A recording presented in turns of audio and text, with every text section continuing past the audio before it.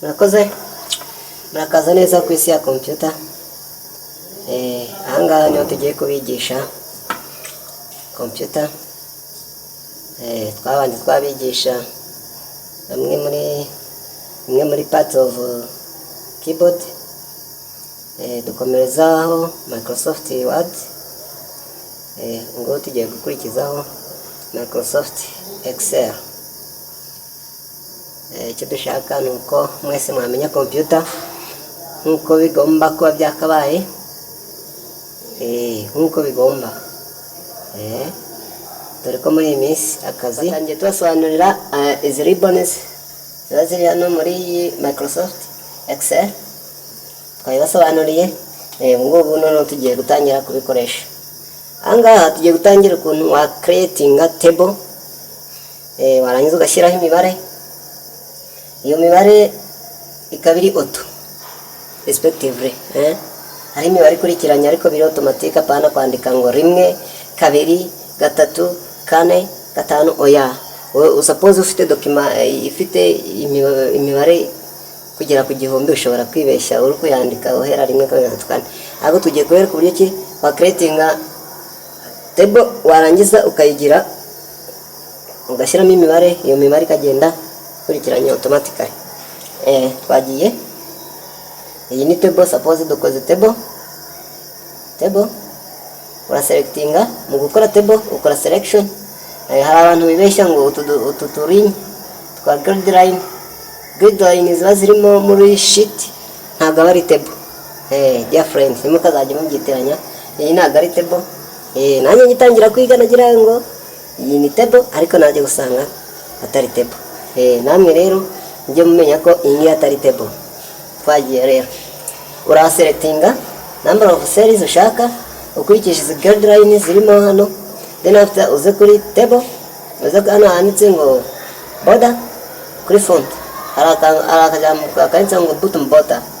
Urahitamo border, ujye kuri all, akajambo all borders, then uklike. Mara uklikeho urabona ko aha itandukanye. Yes, total difference. Hari imirongo y'umukara, hari imirongo ikiri guideline ya indi y'ubururu. Imirongo ikuguidinga ese table yawe yameze. Twagiye noneho tugiye gutangira hano. Iyi mibare iri hano iyo ugiye guprintinga ntabwo iza ku rupapuro, ahubwo wowe umentioninga column runaka, akaba ariyo wita mibare. Suppose ahangaha niho uratangirira rimwe, urandika rimwe hano. Then after urageza ku gihumbi, ushobora kukujena. Urabona ugize gutya, scrollinze gutya, urabona ni za rimwe zijemo gusa, means ntabwo ari byo. Kugira ngo ubikore rero ukora back.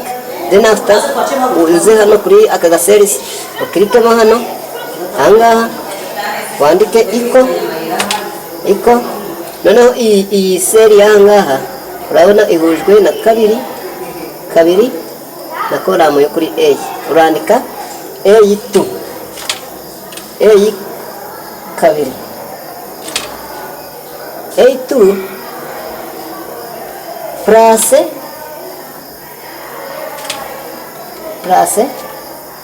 1, then ukore enter.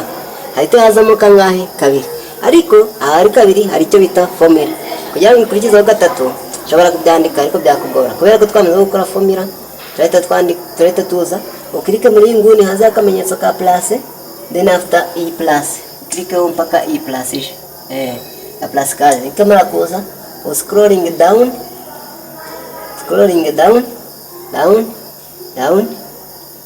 Then after reach, then you will find ko byakunze. Noneho byakunze, amaze gukunda imibare yagiye yikurikiranye.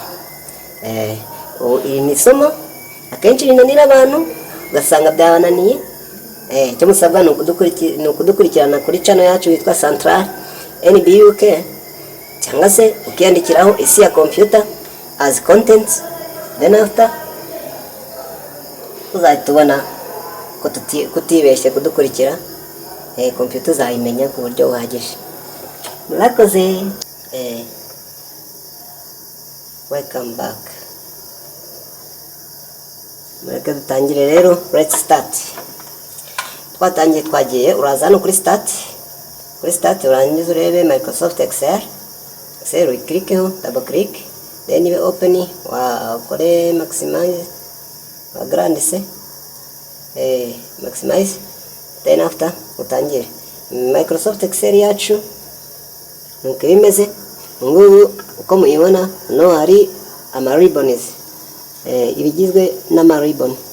Ishaka some task ujya muri ribbon runaka, akaba arimo uyisanga. Suppose ushaka font uyisanga muri home ribbon. Waba ushaka bold, italic and line uyisanga muri home. Waba ushaka colors, letter color, arrangement uyisanga muri home. Number uyisanga muri home. Style uyisanga muri home. Series uyisanga muri home. Editing uyisanga muri home. Ribbon. Then after hari n'indi ribbon yitwa insert. Iyi insert, muri insert dusangamo pivot table, tugasangamo tables, tugasangamo picture, report, tugasangamo shapes, tugasangamo smart art, tugasangamo columns, tugasangamo lines, tugasangamo pie. Ayi ngibi ni ama charts, ni ubwoko bw'ama charts. Column, lines, pie, bar, area, ni byose bisanga muri charts.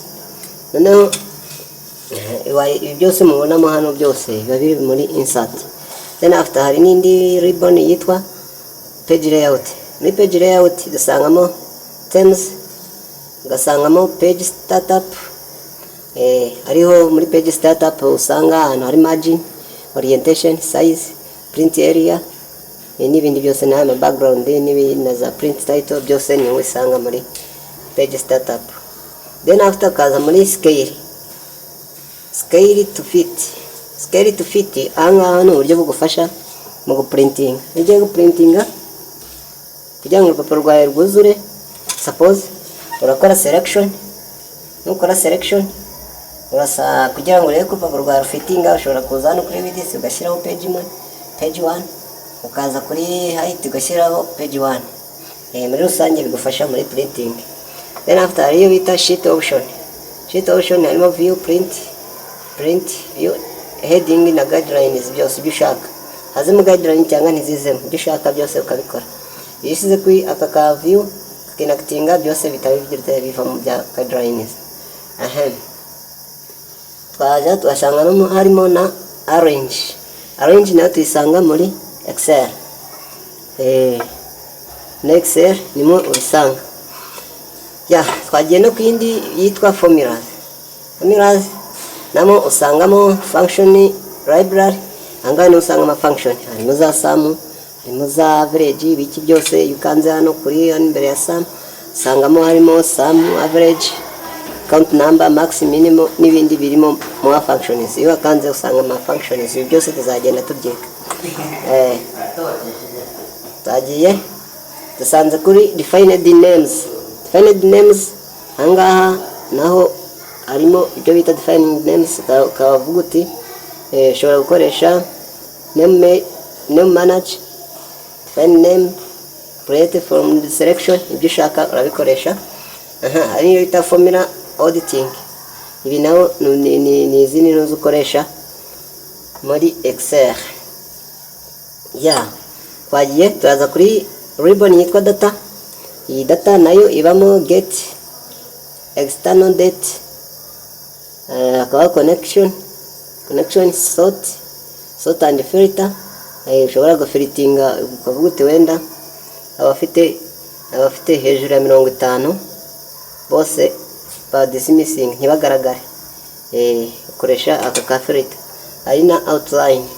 Naho twagiye kuri review naho hari utuntu twinshi, hari twa spelling, research, ibiki twose tuzagenda tutwiga nkuko mutubona hano. Twose tuzagenda tutwiga, turabizeye. Fatanye bwanyu cyo mugomba kudutega hano uko musabwa kudukurikirana muri tukabigisha computer uko biri. hanyuma ni icyo bita view. Muri view harimo workbook views, harimo show or hidden, ushobora guhisha ibi byose, ushobora guhisha formula bar, ushobora guhisha headings, ushobora guhisha iyi guideline, harimo zoom, harimo window, harimo macros, ibi byose ushobora kubihisha igihe wabishatse. Twagiye icyo musabwa no kudukurikira, tuzagenda tubigisha buri kimwe cyose. Thank you, murakoze. Yes, chef.